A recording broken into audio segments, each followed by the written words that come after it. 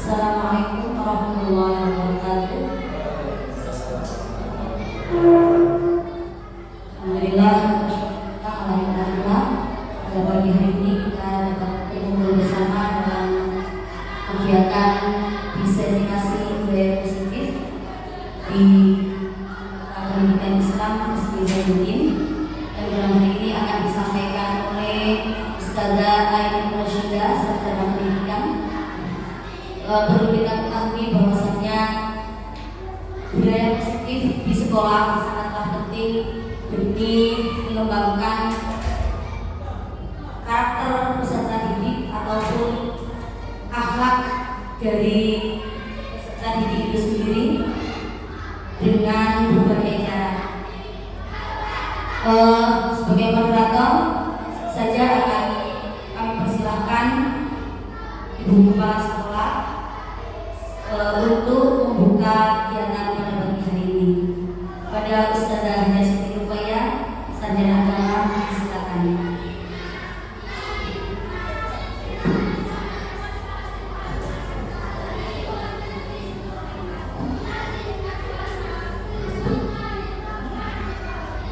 Assalamualaikum warahmatullahi wabarakatuh. Bismillahirrahmanirrahim. La haula wala quwwata illa billah.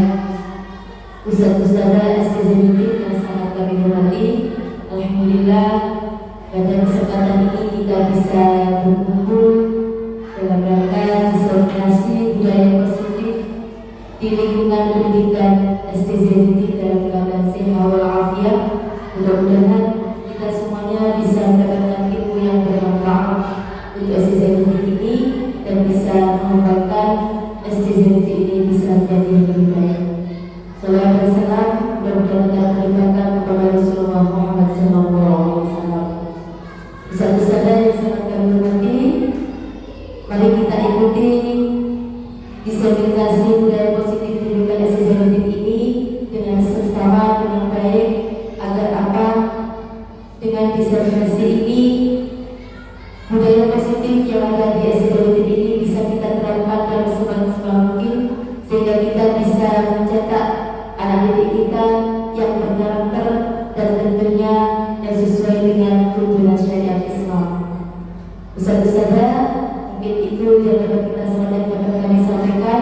Mudah-mudahan diseminasi ini bisa berjalan dengan lancar dan nanti mendapatkan ilmu yang bermanfaat semuanya, ustaz-ustazah, yang akan bermanfaat untuk anak didik kita semuanya. Saya akhiri, ihdinas siratal mustaqim. Assalamualaikum warahmatullahi wabarakatuh.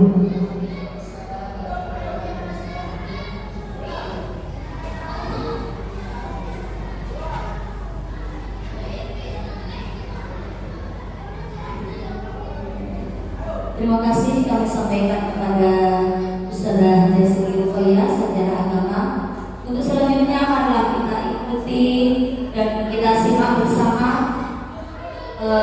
diseminasi budaya positif yang akan disampaikan oleh Ustazah Ainun Rashidah, Sarjana Pendidikan. Pada Ustazah Ainun Rashidah, disilakan.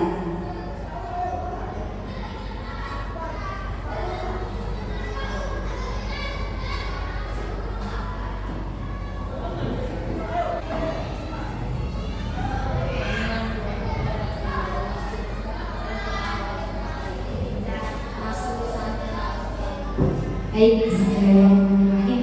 Assalamualaikum warahmatullahi wabarakatuh. Alhamdulillahirrahmanirrahim. Saya ucapkan terima kasih karena sudah bisa hadir bersama-sama. Kita nanti akan mengucapkan alhamdulillahirrahmanirrahim. Kita diberikan kesehatan kepada Allah untuk bisa mengikuti acara baik mengajar maupun belajar bersama dalam keadaan sehat walafiat.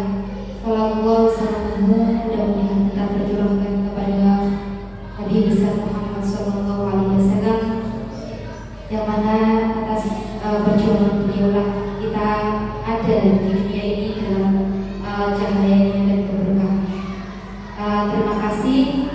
Di sini saya akan menyampaikan tentang diseminasi budaya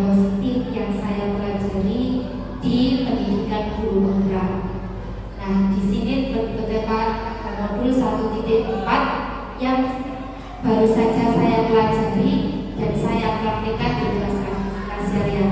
Meskipun baru sebentar, ilmu sedikit pun harus di-sharingkan, harus diturunkan ke teman-teman, rekan sejawat, guru, ustaz-ustazah masjid Zainuddin.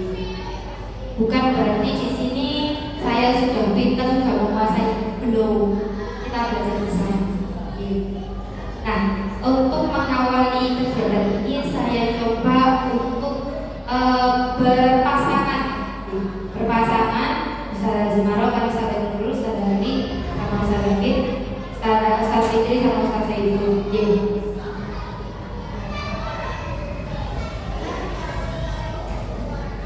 Sekarang tolong satu guru mengepalkan tangan.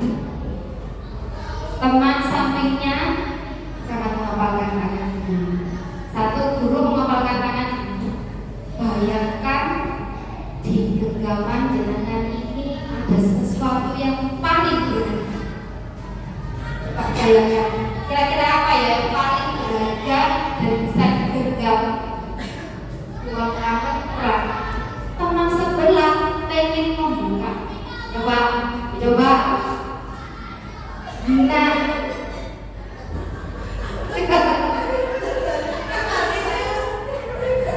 gimana susah? Kelas sekali. Coba Ustaz. Wah, kalian hebat.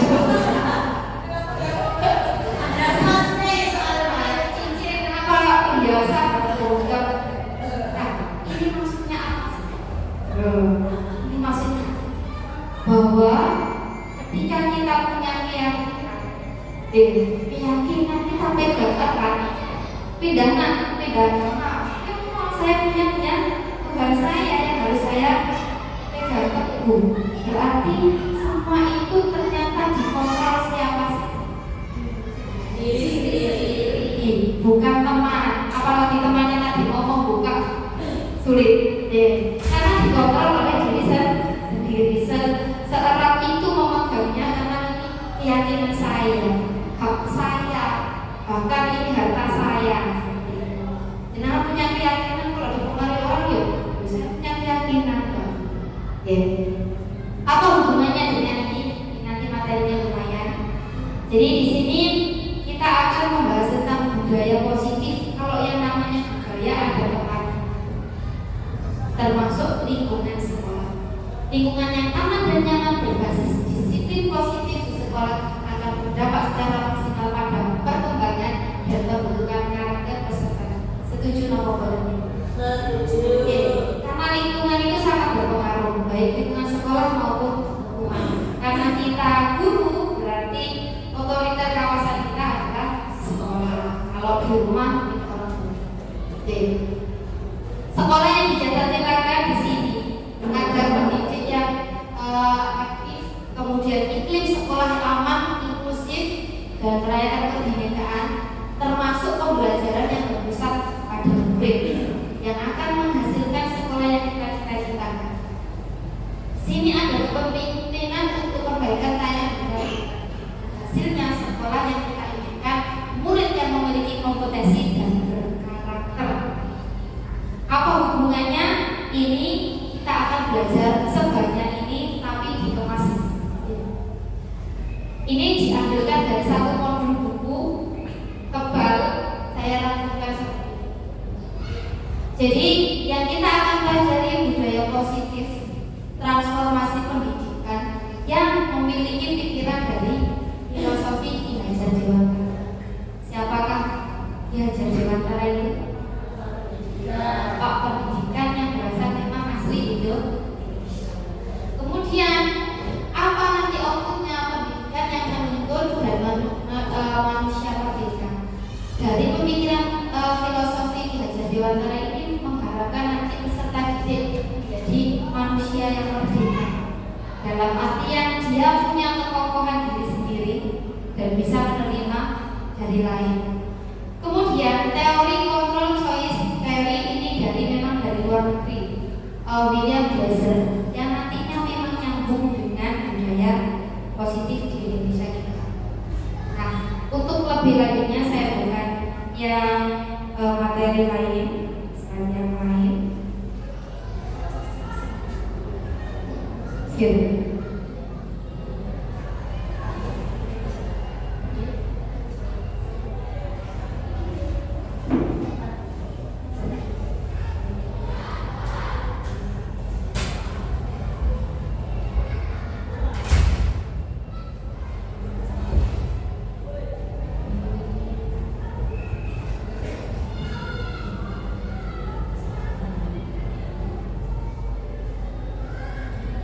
Jadi topik kita ada 6. Yang pertama disiplin positif dan nilai-nilai kebajikan universal. Kemudian ada teori motivasi, hukuman dan penghargaan, keyakinan kelas, kebutuhan dasar manusia dan dunia berkualitas, posisi kontrol dan segitiga respons. Kayaknya kalau saya melihat ini gak paham. Karena misalnya dari awal juga kata-kata apa sih belum familiar di telinga saya. Tapi setelah mempelajari, membaca berulang-ulang dan melihat contohnya, insya Allah nanti sebenarnya kita sudah lakukan setiap hari.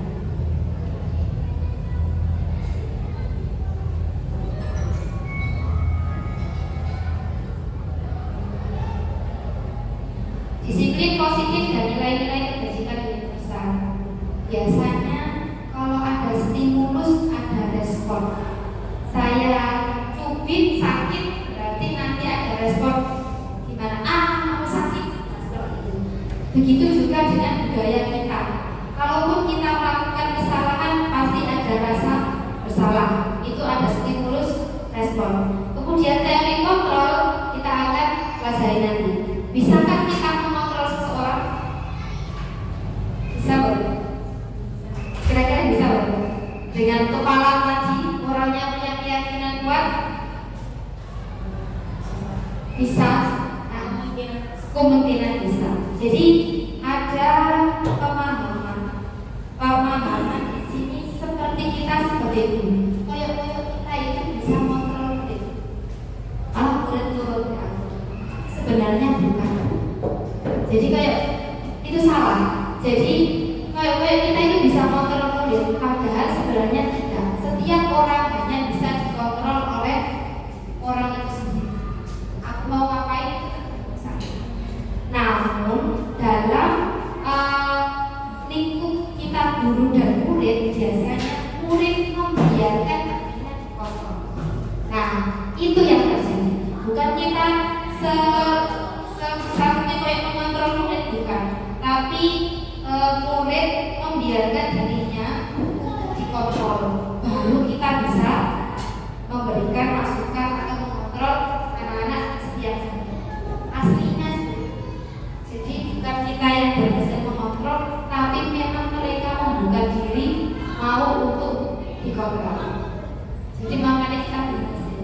Karena mereka, oh iya itu salah. Berarti dia membuka diri untuk dikontrol. Itu yang kadang kita merasa bahwa anak-anak menurut sepertinya. Jadi mereka itu masih punya keyakinan, tapi pada saat itu guru dan anak dia nurut untuk dikontrol, jadi mau dikontrol. Nah, kata disiplin biasanya apa yang jenengan tahu tentang makna disiplin?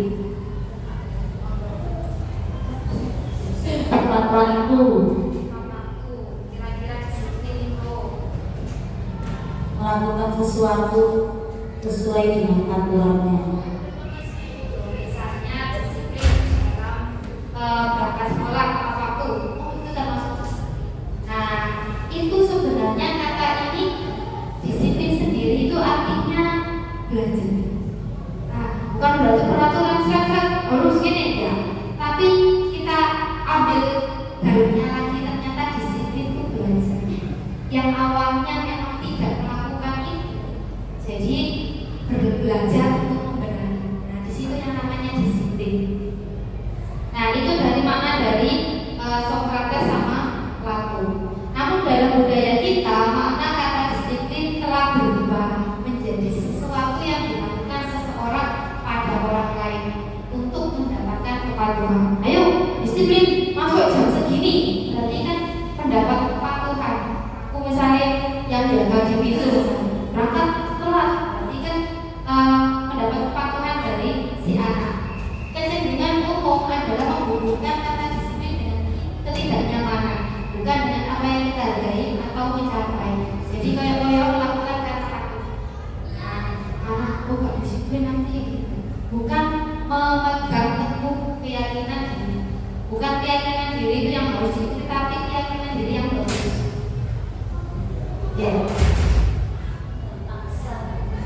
Bukan dari diri sendiri, tapi terpaksa karena disuruh atau kepatuhan.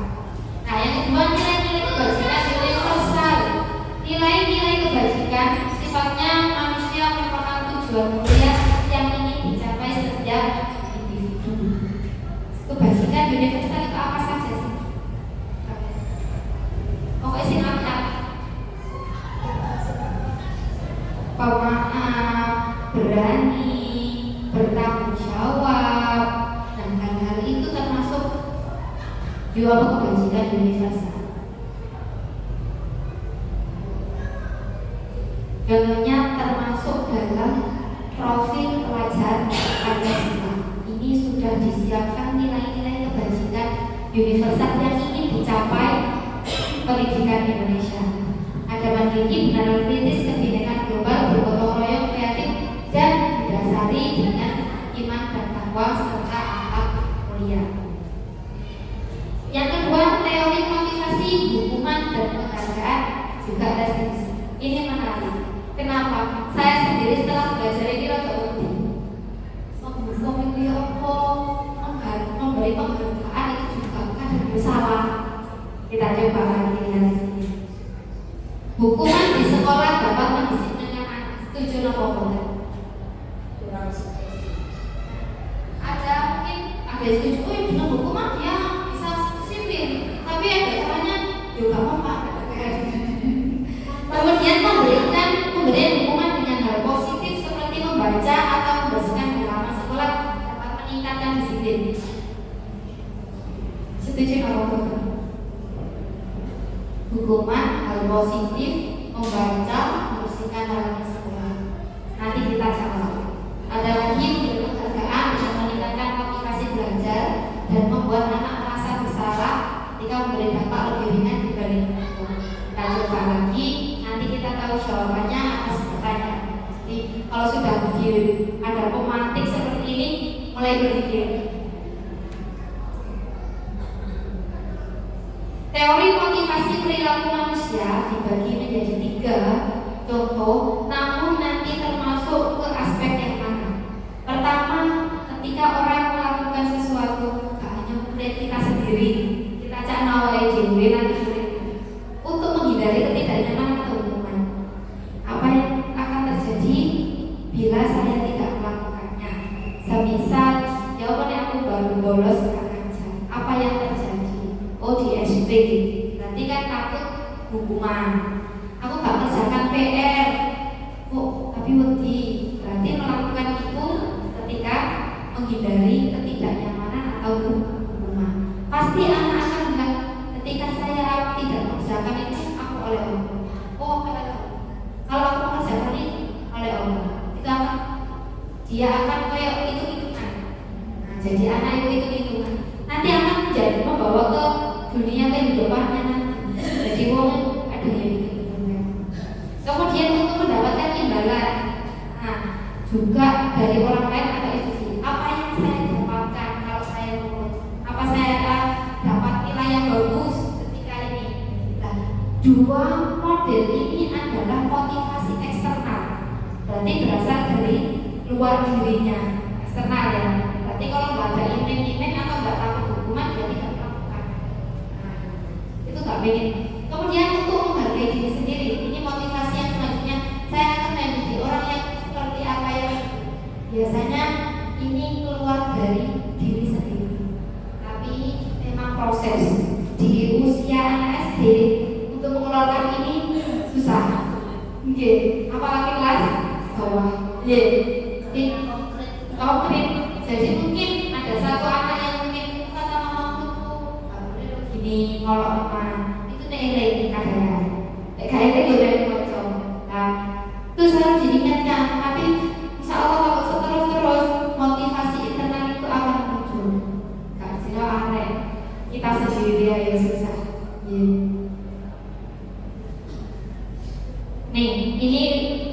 Penyambungan sini.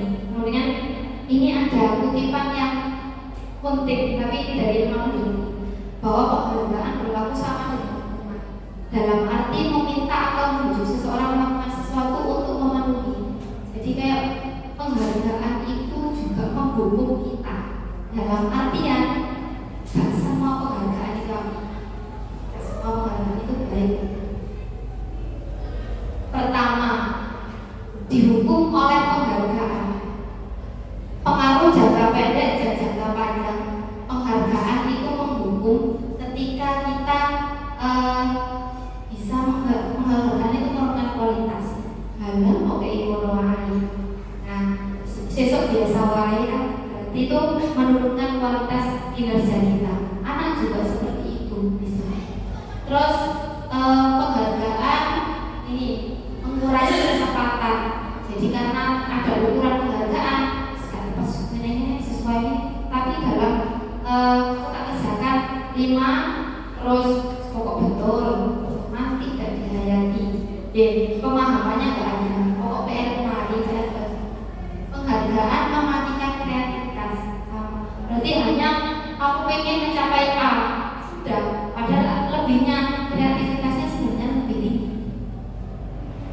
Ada lagi motivasi fisik dan penghargaan tidak efektif. Yang lebih parah lagi, penghargaan itu merusak hubungan. Pernah menemui ketika anak ketemu temannya dapat penghargaan, dapat nilai apik atau dipuji guru, pinggirnya orang segini. Nah itu penghargaan merusak hubungan. Bahkan kita sendiri sebagai orang dewasa mungkin berbagai sosial juga seperti itu. Bicara awal SD, kan ada seperti itu. Karena penghargaan itu ya ini mengurangi ketepatan, jangka pendek jangka panjangnya itu ada dan merusak hubungan itu yang jelek. Dan itu nanti ranahnya juga masuk ke agama kita. Bentuk program kebajikan apresiasi. Terus ya apa nih tadi penghargaan? Biasanya tak kasih stiker, apa ditulis ini, apa dikasih nilai bintangnya wangke. Bisa dengan itu kan kalau saya pelajaran kan dikasih bintang nilai 100. Tapi bagaimana kalau misalnya dia itu dalam perilaku? Jadi dengan apresiasi, nah, bisa beri pengakuan secara khusus, mas sama namamu pinter, tapi pas berdua kita mau berangkatnya lois kasihan lagi. Berarti itu apresiasi. Jadi nggak perlu menggotikai opo, tapi dia akan merasa aku diberani, aku disayang guruku. Hal sekecil itu aku ditanyakan. Memang dia tidak bisa mengungkapkan itu, tapi kosong sampai di grup kosong. Pengakuan saya berarti mengakuan semua murid bersama misalnya masuk perhatian. Oh kelas A sudah bagus, ini nurut sama saya rapi. Itu penghargaan secara apresiasi bersama-sama. Ada proses. Jadi kita nggak mesti langsung ya tapi prosesnya dia sudah mau melakukan itu sudah prosesnya yang luar biasa. Contohnya, Mbak Nailin, Sandalian kemarin Mbak Nailin itu bantu temannya ya. Iya, bantu apa Mbak? Iya temanku kemarin tuh orotannya gini, pinter, merasa empatimu besar ya Mbak. Selagi gak apa-apa kalau temannya butuh bantuan. Terima kasih ya Mbak, karena sudah bertanggung jawab, punya di bawah, ketinggalan lagi. Jadi hal kecil itu kita perhatikan. Jadi dia akan merasa, oh iya ya aku bisa yang guru. Jadi gak harus kok tak kayak duit. Itu mah jelek. Menengah anaknya dewe ya. Ayo tak ngaji kok kayak duit. Yo suwe-suwe yo bodong. Gak berangkat ngaji kok gak kasih uang. Wortel itu tadi ya. Jadi apresiasi aja. Apalagi yang dari kecil juga gede kok upload sama dia pas dari gue. Apapun itu, jadi diapresiasi dari hal yang terkecil. Kayak gini ada contoh mencatat 100 kali di dalam buku kalimat saya tidak akan terlambat. Kira-kira itu ada hukuman apa konsekuensi? Dan ini nyambung dengan hukuman apa dengan kesalahan gitu. Nah pikirnya kita coba lihat nih. Lari keliling lapangan basket 2 kali karena terlambat hadir. Hukuman.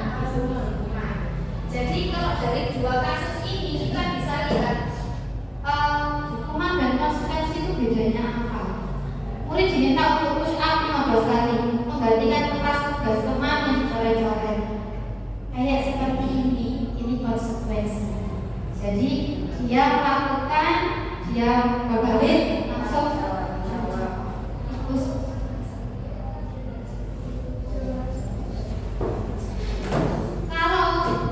Kalau kesalahannya ketinggalan atau bawa buku, hukumannya kok nggak nyambung. Lari lapangan, apakah nyambung dengan itu? Tidak. Jadi nggak ada hasilnya nanti. Itu termasuk menghukum. Nah, kalau konsekuensi masih nyambung dengan kesalahannya. Meminta murid untuk mengenakan sepatu sehari di sekolah karena tidak mengenakan sepatu hitam. Tidak. Ini nggak pakai sepatu hitam, malah diberi hukuman nggak usah pakai sepatu seharian. Nah, itu ya rasa malu, ya sikil loro. Berarti ini tidak hukuman, ini hukuman karena tidak mendidik. Ya, hanya nge-push dia untuk kapok kok. Tapi besok ya nggak ada pelajaran yang masuk. Jadi bedanya hukuman sama konsekuensi. Konsekuensi itu yang timbul setelahnya.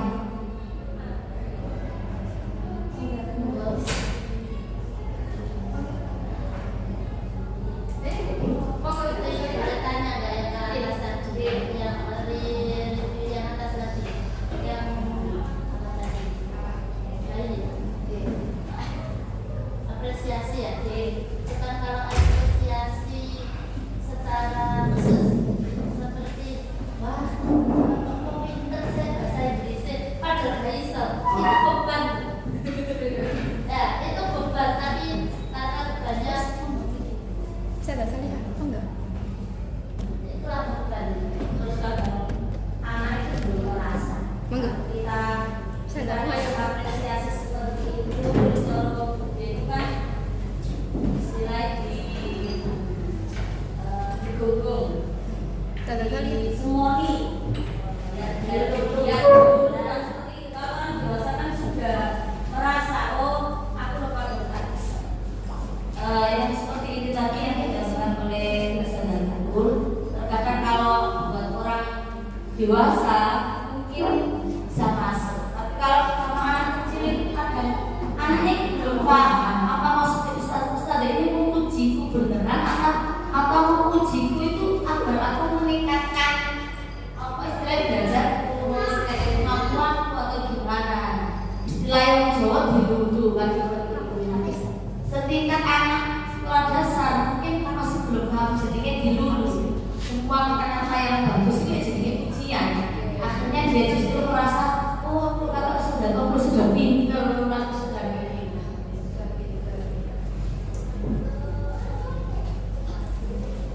Ya, mungkin untuk usia ya. Bisa, kalau saya sendiri mengalami karena sudah SMA, sudah SMP ya.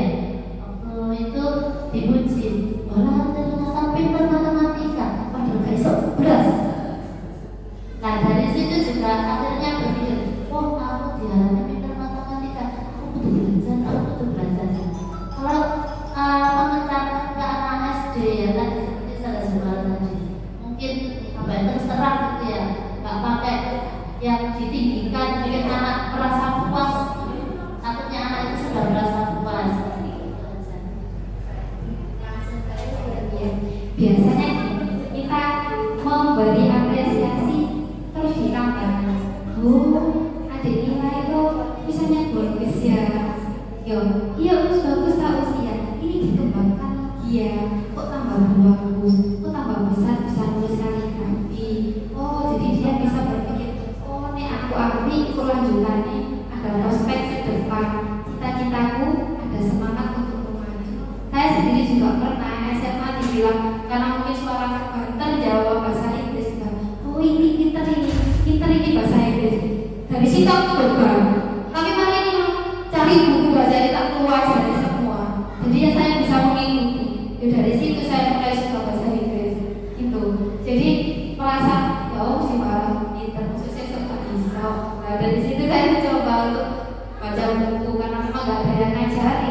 cari buku gitu.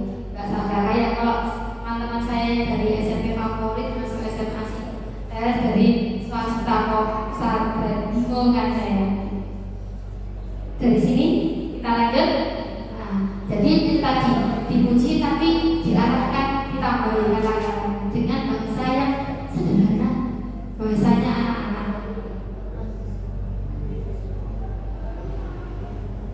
Oke, kita masuk ke hukuman konsekuensi. Nah, ini tadi jawabannya bahwa mencatat 100 kali dan tidak sesuai dengan materinya itu termasuk hukuman. Apalagi lari lapangan.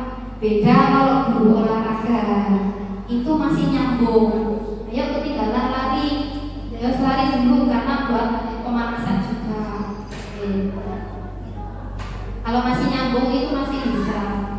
Nih, ada disiplin sesuatu yang menyakitkan harus terjadi. Kalau hukuman itu tadi kalau lari 100 lari hukuman itu biasanya ada yang menyakitkan kayak tadi lari. Ya, lari itu kalau misalnya bukan pelajaran olahraga ya capek di situ. Jadi ada kerugian waktu, kerugian fisik juga. Kalau misalnya konsekuensi sesuatu harus terjadi. Saya merobekkan teman saya, jadi harus mengganti. Itu konsekuensinya. Saya terlambat, konsekuensinya apa? Oh ya, saya sesuai keyakinan di peraturan kelasnya sendiri, keyakinan kelasnya saya nanti harus menambah jam buat pelajarannya nanti kalau bisa. Tapi kalau nanti kita belajar restitusi itu merupakan pilihan. Pilihannya yang bagaimana? Mbak, kalau ini bagus apa enggak? Itu nanti kita coba. Ini contohnya untuk hukuman. Konsekuensi itu pokoknya yang ada timbal apa? Balikannya ini. Kemudian restitusi itu nanti memecahkan masalah dengan anak-anak dan mendapat solusinya, juga meningkatkan keyakinan dirinya. Selebihnya, oke. Ini nanti perilaku-perilaku yang juga timbul ketika dengan hukuman. Perilaku pasif agresif tingkat sistem tidak akan berjalan bila murid tidak takut. Contoh, tahu memutar lapangan. Ketemu kayak Gerindra, Alvin. Oh, oke. Berarti kan sistem ini tidak berjalan ketika muridnya berbeda. Pada sebuah institusi tidak berlanjut. Peraturan adalah kamu harus begini. Contohnya, murid atau anak akan memiliki peraturan sama orang besar juga. Kalau konsekuensi ini membantu menerapkan pengikutan peraturan, cuman tidak dibawa ke kehidupan nyata. Membantu menerapkan peraturan dalam masyarakat, hanya mengikuti peraturan dan itu tidak timbul dari diri sendiri. Oh ya, sebuah helm aja peraturannya kayak orang polisi. Padahal kalau kita pikir bahwa helm itu harusnya dari keyakinan diri pengen selamat, bukan polisi menggoda. Nah, itu peraturan. Tapi kalau keyakinan diri, oh biar keselamatan, itu keyakinan diri. Ini jadi apa yang kamu yakin? Oh iya, pakai helm itu untuk keselamatan, harus aku pakai Tuhan. Jadi nanti akan menghormati dirinya. Oh iya, aku ini pengen selamat, sama pengen dari mana panas. Ya itu juga termasuk hargai diri, benawai tak panas. Bukan karena peraturan anak polisi, segala 100. Nah, hukuman akhirnya produknya lebih negatif. Ini netral, agak netral itu juga orang ini. Kadang orang yoyo, ada juga. Tapi kalau misalnya restitusi, nanti dampaknya positif ke diri sendiri. Sampai ke sana. Nah, apa itu restitusi? Ini kalau dalam pengertian saja enak. Enak nanti langsung contoh. Oke.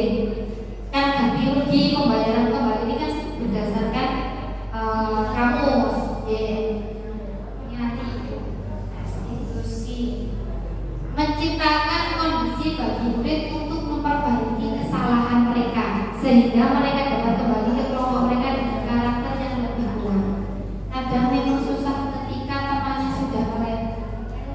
Oh, murid saya fakur. Pokoknya fakur itu mono, jadinya sudah di label. Ketika dia melakukan kesalahan, kena terus. Padahal sini juga terlalu salah. Kan udah di label. Nah, tugas kita untuk restitusi itu, kita ajak diskusi gimana dia itu bisa kembali ke teman-temannya itu dengan hatinya itu nggak sakit. Nah, tapi itu kita cari kira-kira kur tadi apa kenapa sih kok jegra? Nah, arek jegra bisa. Nah, kita tanya kira-kira itu kalau kamu di jegra sakit nggak sakit? Tapi pengen membalas dan nanti ada hubungannya dengan kebutuhan individu. Lanjut pada restitusi. 9 ciri-ciri restitusi. Ini kata agak awam kalau saya dulu ya. Restitusi apa sih restitusi itu? Kalau kita bahasa itu kan angel ya. Saya juga nggak pengen paham, tapi terus paham bisa. Belajar dari kesalahan, bukan menebus kesalahan. Jadi kita ajak anak-anak itu ngomong kita melakukan kesalahan, tapi kita ambil hikmah dari memperbaiki hubungan, ada menawarkan bukan memaksa. Karena dalam prakteknya gini, wes pur misalnya fakur, terus ini naik, gitu. Berarti kan memaksa saya, wes berdina kali fakur saya.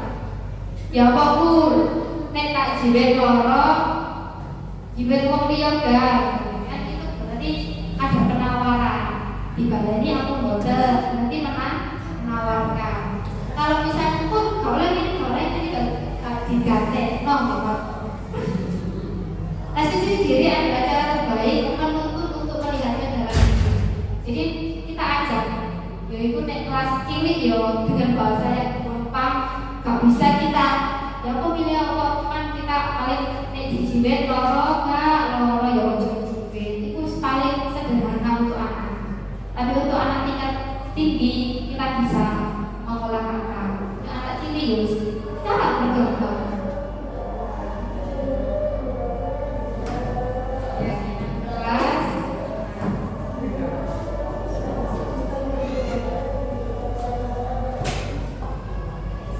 Budaya positif ini awalnya memang dari peraturan kelas. Kenapa ada peraturan? Karena pengen gak rapi, tertib. Tapi kalau di peraturan itu sifatnya memaksa. Kudu gini, berarti kita kembalikan ke keyakinan kelas. Apa yang kamu yakini? Menurutmu tadi loh, oh kata saya, aku itu sholat 5 waktu. Kalau itu sudah menjadi keyakinanku, tanpa ada peraturan, tidak akan yakin untuk sholat 5 waktu. Kemudian ketika kita berkembang, itu akan kalau dilakukan terus akan menjadi lingkungan yang positif. Lingkungan yang positif akan membentuk budaya yang positif. Kalau kita bisa menerapkan itu di anak dalam lingkup individu, kemudian kelompok di kelas, kemudian satu kelas, kalau seluruh kelas ini juga melakukan itu, lingkungan kita akan menjadi positif dan budaya positif ini akan terjadi di sekolah kita. Tuh. Lanjut di contoh kesepakatan kelas ya, tapi guru-guru sudah melakukan di kelas. Itu bahasa istilah biasanya bukan aturan kelas ya, kesepakatan kelas yang berasal dari keyakinan. Karena kesepakatan kan berarti berangkatnya kita dari individu-individu dikumpulkan di papan tulis misalnya. Jadi nanti diyakini kamu botak, oh iya pengen kelasnya bersih, berarti apa yang diyakini? Bareng-bareng kita jangan buang sampah sembarangan. Kebutuhan dasar manusia dan dunia kualitas. Sebenarnya kebutuhan dasar manusia. Yang pertama kebutuhan bertahan hidup. Yang kedua kasih sayang, penguasaan, kebebasan dan kesenangan. Ini kalau bertahan hidup ada 4 komponen ini yang harus dipenuhi. Contoh, kasih sayang dan merasa diterima. Ono arek-arek biasa gini, aku gak dibolong. Berarti kebutuhan dasar mana yang belum dipenuhi? Ini Koyo-koyo aku gak bisa lihat koncoku gitu. Berarti ini tangki cintanya kosong. Jadi harusnya dia penuh di sini biar bertahan hidup, tapi ternyata tidak terpenuhi. Pasti ada masalah. Pasti ada masalah. Usil. Penguasaan, kebebasan dan kesenangan. Anak Jair bercanda us. Nah, bercanda kan gak harusnya gitu Sena. Ada jongkrak teman bercanda. Berarti dia tuh kurang di kebutuhan kesenangan. Berarti kesenangan menurut dia memenuhi kebutuhannya untuk kesenangan. Karena dia mengutarakannya belum positif. Dan apa? Ya senang tapi kenapa harus menyakiti teman misalnya gitu. Iya seru kayak main game dulu itu aku main game itu loh. Ya jangan dipraktekkan pada teman saya. Itu termasuk pengen mengutarakan kebutuhan dasarnya yang berupa kesenangan, penguasaan juga. Kayak aku kok menang berkuasa atas temanku, kebebasan juga. Dan ini itu sebenarnya kita sendiri kalau orang ini juga kebutuhan hidup, duitnya kurang, gak seneng, berarti kesenangan kurang. Oke. Menyokong senang. Jadi ini bertahan hidup. Jadi kebutuhan hidup. Kadang ada anak tantrum itu juga karena apa? Kebutuhan dasarnya ada yang tidak, ada yang belum terpenuhi. Itu anak saya kadang saya medit, arek gak bisa berbagi. Berarti kita cari contoh diberi. Biasanya diberi, rasanya tahu, kita contohkan untuk memberi. Kadang ada anak yang usil, gangguin konco, berarti itu kasih sayangnya juga kurang. Dari rumah, bos karena temannya tadi gak bolong, jadi kayak dia melampiaskan ke teman lain itu ada. Jadi rantai pemberian bisa, karena kebutuhan dasarnya belum terpenuhi. Di Bresona dilihat anak-anak EDW saya, anak EDW, nah kira-kira anakku itu kebutuhan dasarnya sih kurang, biar tidak jadi masalah di luar. Nah, katanya kita mempelajari anak-anak murid kan gitu. Hari ini koyo kurang orang ngomong. Pas mau visit ketahuan, wah ibu ngono nek ngasih utawa nek ngandani ku nek Pak bawa tutuk lagi aku. Lah berarti dia juga di sekolah melampiaskan pada temannya sama. Kebutuhan dasarnya seperti itu. Saya ada anak Axel itu anyar di kelasku. Itu Axel itu mengikut yo gelut-gelutan koyo main HP-nya. Dan itu saya mempelajarinya. Dia memang kurang sentuhan kasih sayang. Maksudnya itu sentuhan. Dan ternyata ibu yang meninggal terlihat. Meskipun dia itu budenya tak gemati seje atau ibu selam di ibunya dia kan seje. Itu bisa dikasih dia kurang sentuhan kasih sayang seperti itu ada. Karena memang bukan ibunya sendiri. Ibu dewe kan ya enak gitu. Perilaku seperti ini, seperti memukul teman, dia merasa kekuasaan, aku berkuasa. Kemudian ada juga memenuhi kebutuhan kekerasan dan kekerasan. Jadi tugas kita tanyai, kira-kira bisa nggak melakukan kesenangan itu tanpa menyakiti temannya? Kita arahkan ke hal yang lain. Apakah ada cara untuk memenuhi kebutuhan cinta kasih sayang tanpa merusak lain? Kayak tadi ilo-ilan wong tuwa, seneng aku ilo rasanya. Tapi kan orang lain sakit hati. Jadi aku mau tadi kan ada kebutuhan yang benar-benar. Ada 5 posisi kontrol. Sini ada 5 di sini saya putarkan video.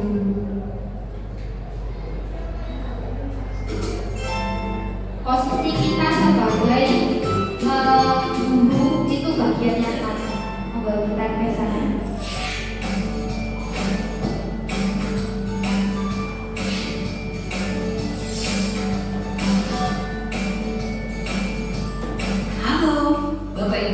calon guru penggerak. Video ini akan menampilkan 5 adegan interaksi guru dan murid. Silakan menonton dan merefleksikannya.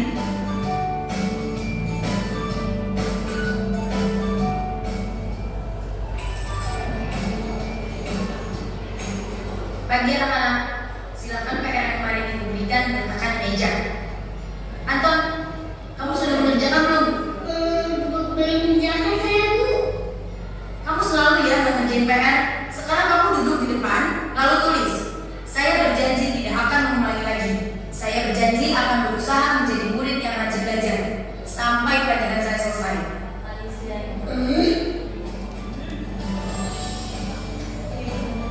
Pagi anak-anak, hari ini ada tugas ya? Ada yang belum mengerjakan? Anton, kamu sudah mengerjakan? Belum, Pak. Kamu nggak ngerjain tugas ya? Kamu mau jadi apa nanti? Kamu lihat sekolah nggak sih? Coba bayangkan orang tuamu betapa kecewanya sama kamu. Kamu itu sudah kelas 5. Harusnya bertanggung jawab sama dirimu sendiri. Maaf, Bu. Saya terlambat. Ya udah, nanti jangan diulangi lagi ya. Kalau kamu rajin, ibu senang lihatnya. Lain kali tepat waktu ya masuknya. Tas dulu dong. Kita kan teman. Wah, jadi aku pulang lagi. Apa ya?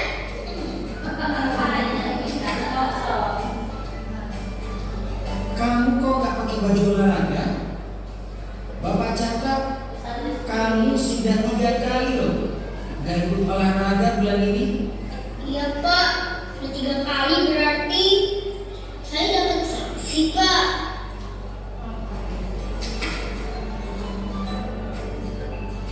Ini, Bu. Saya mengumpulkan tugas. Maaf ya, Bu. Saya terlambat mengumpulkan tugas. Kenapa kamu terlambat mengumpulkan tugas? Iya, Bu. Saya kalau sore dengan ibu dan ke warung. Gak sempat mengerjain tugas. Kira-kira nih, apa yang bisa kamu perbaiki supaya kamu bisa mengerjakan tugas tepat waktu? Coba, kapan biasanya kamu membantu ibu jualan? Setiap 6 sampai jam 8 malam, Bu.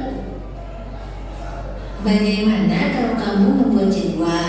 Kapan kamu akan mengerjakan tugas? Oh gitu ya, Bu. Saya coba deh, Bu. Terima kasih, Bu.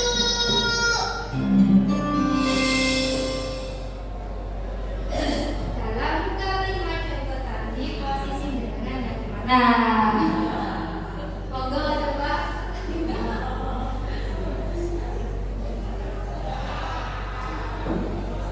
Oh, saya juga pernah melakukan itu semua. nggak lihat anaknya.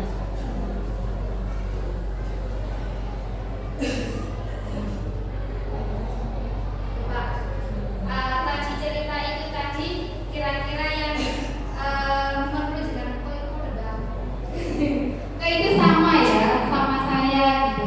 Jadi saya sendiri juga pernah menghukum, ya pernah membuat rasa besar. Bahwa anak gak kasihan orang tua kita kayak gitu di rumah. Terus kayak teman itu ada gini, benar-benar kamu duduk kepala sekolah. Itu menjadi posisi seperti teman, tapi itu gak adil. Jadi pemantai juga ada gitu. Jadi ya kalau peraturannya ya nanti saya kalau terlambat berarti berdoa sendiri gitu. Sudah dilakukan, kita cuma memantau gitu. Saya pernah dulu gitu, Ali cilik loh. Pokoknya peraturannya di kelas terlambat berarti doa sendiri diri. Pokoknya pun bareng sama temannya yang mimpin doa. Yuk gak punya kan kok, besok lagi datang dia langsung berdiri.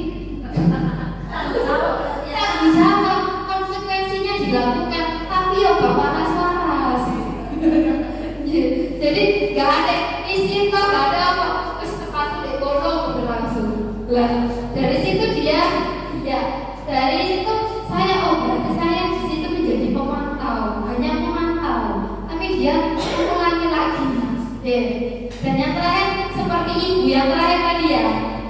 dia menanyakan, oh kenapa alasannya, kemudian kira-kira anak-anak ini diajak, kira-kira menurutmu enaknya ya Allah.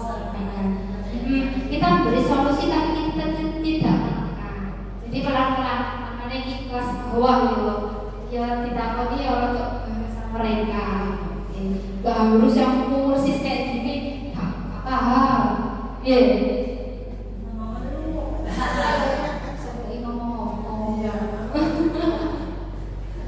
Kalau kamu tidak melakukan, awas ya, rasakan ya. Ini lebih ke menghukum. Yang ini menyembunyikan atau menyelamatkan, maafkan saya, dia merasa bersalah.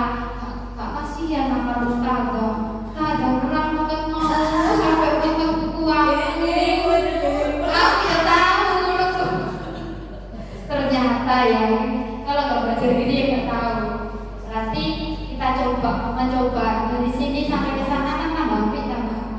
Berarti kita coba menjadi posisi manajer ini tadi. Harus punya harus.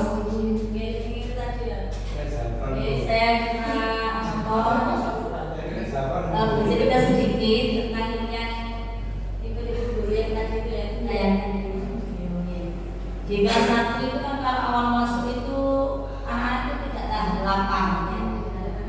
Nah, ada salah satu murid di kelas saya itu hampir 3 hari selalu terlambat, dan di jam kedua pas aku lapar, belum makan. Tanya, setiap terlambat itu belum pernah saya suruh ke kantor karena memang awal belum saya sosialisasikan. Terus sini mas, apa sih sama buat terlambat? Itu saat bangunnya kesiangan, jadinya akhirnya aku nggak bisa makan, tak sempat sarapan soalnya saya bangunnya kesiangan, jadi aku pasti lapar. Oh, berarti besok kalau pengen nggak lapar bangunnya pagi terus sarapan dulu, jadi datangnya nggak telat ya. Nah besok lagi kalau sampai terlambat nanti disuruh saya ke kantor, minta surat izin masuk, gini-gini terus anaknya itu. Akhirnya tapi saya di hari pertama yang nggak makan itu saya suruh makan, sudah makan dulu nggak apa-apa, tapi untuk kali ini besok. Alhamdulillah di hari keempat, jadi dia nggak langsung saya marahi atau saya kasih hukuman ya. Di hari keempat alhamdulillah sampai sekarang nggak terlambat. Terus alhamdulillah mas ini nggak telat ya hari ini. Tadi bangunnya jam berapa loh? Nggak telat kan? Bisa sarapan kan? Mungkin seperti itu.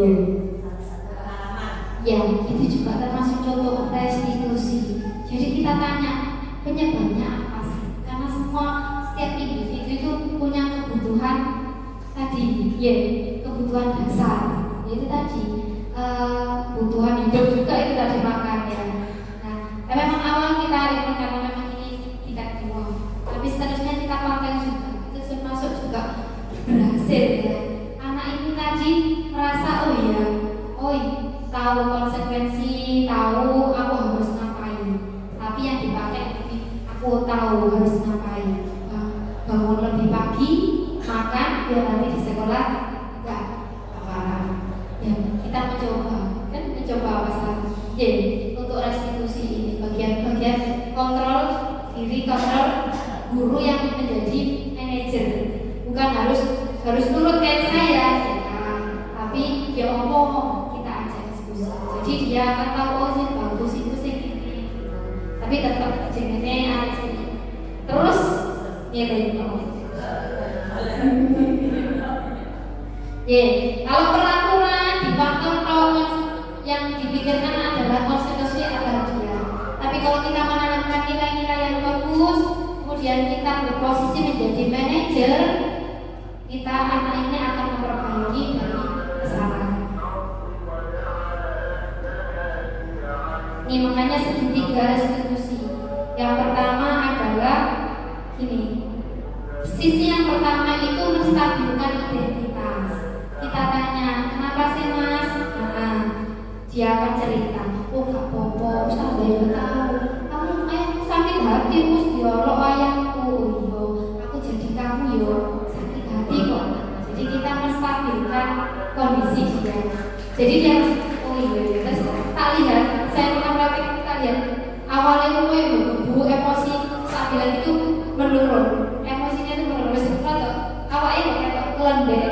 Oh iya siapapun bisa salah, nggak ada orang yang sempurna. Jadi itu harus anak jadi menstabilkan identitas di situ. Jadi dia tidak merasa paling salah bukan. Itu memang sudah dilakukan salah, tapi bukan berarti terus mengobati takutan karena aku salah. Kemudian yang kedua, validasi kebutuhan. Kira-kira kamu melakukan itu kan pasti punya alasan, ya kan? Jadi kita mendukung. Alasannya apa sih nak? Besok lagi kan bisa saya melakukan yang lebih baik, harus menyakiti teman, bisa saya seperti itu.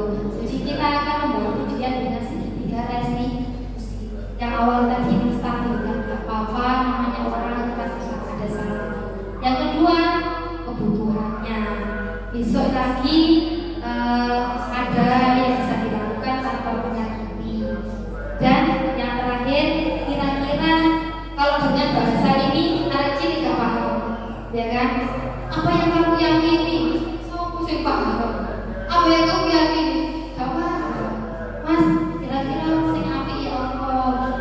Kalau ikut teman terus ya Pak, minta maaf terus besok lagi diulangi boten. Dan itu lebih baik daripada kita merasakan salah. Ya, ini jadinya seperti itu.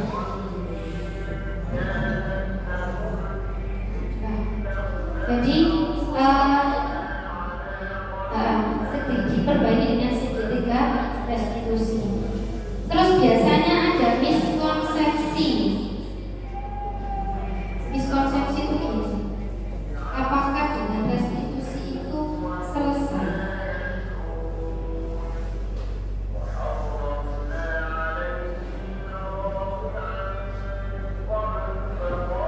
Contoh gini. Terus aku menerapkan segitiga restitusi, tapi area lo kan gue kapok. Pancet polai seakeh. Tapi ditambah gini. Bukan berarti dengan restitusi itu selesai terus masalah selesai. Kadang juga enggak. Cuma kita membantu untuk meningkatkan keyakinan dia. Penerapan budaya positif berarti tidak ada aturan dan konsekuensi.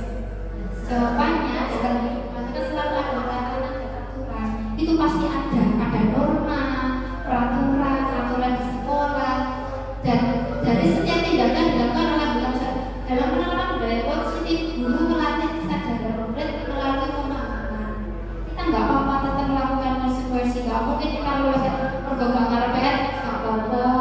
Yuk kita nggak dapat nilai.